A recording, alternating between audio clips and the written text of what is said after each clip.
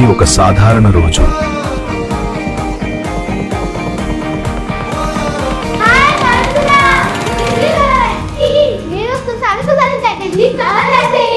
కానీ ఒక్కసారిగా ప్రకృతి ప్రకోపించింది.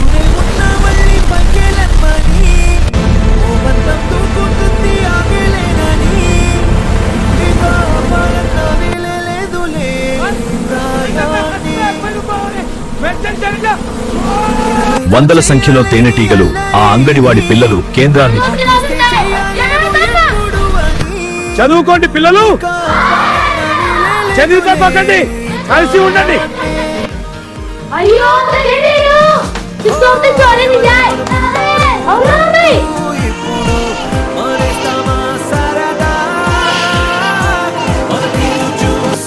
ఏం చేయాలో పాల్పోని పరిస్థితి.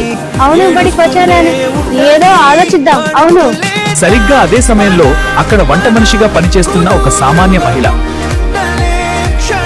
అసామాన్యమైన ధైర్యాన్ని ప్రదర్శించింది. ఆమె బడికి వచ్చిన ముందు అసామాన్యమైన ధైర్యాన్ని ప్రదర్శించింది. ఆమెకు తెలుసు తాను బయట పడితే. కానీ ఆమె కళ్ళ ముందు ఉన్నది తన సొంత బిడ్డల వంటి పసిపిల్లలు.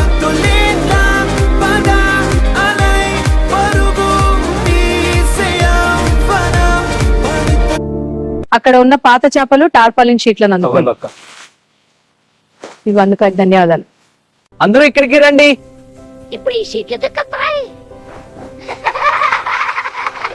అందరూ ఇక్కడికి రండి.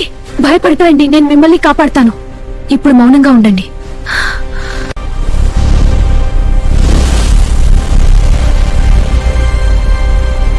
తేనెటీగలు ఆమెను చుట్టుముట్టాయి. వందల సార్లు కుడుతున్నా ఒళ్ళు. ఆమె మాత్రం ఆ షీట్ను వదల్లేదు. పిల్లలకి గాలి కూడా ఆడనంతగా ఆ టార్పాలిన్ కింద దాచేసింది. బయట ఆమె నరకాన్ని అనుభవించింది. ఒక్కొక్క తేనెటీగ కుడుతుంటే వచ్చే ఆ మంటనాగిపోయే వరకు ఆ పిల్లలకు రక్షణగా నిలబడింది. పిల్లలంతా క్షేమంగా బయటపడ్డారు. ఆసుపత్రికి తరలించిన ఆ 20 మంది పిల్లల చిరునవ్వుల కోసం తన ప్రాణాలనే ధారపోసింది.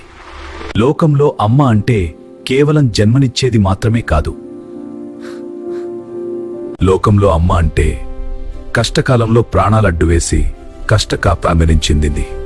సాటి మనిషి కోసం, పసి ప్రాణాల కోసం ప్రాణాలర్పించిన ఈ వీరనారికి మనందరి తరపున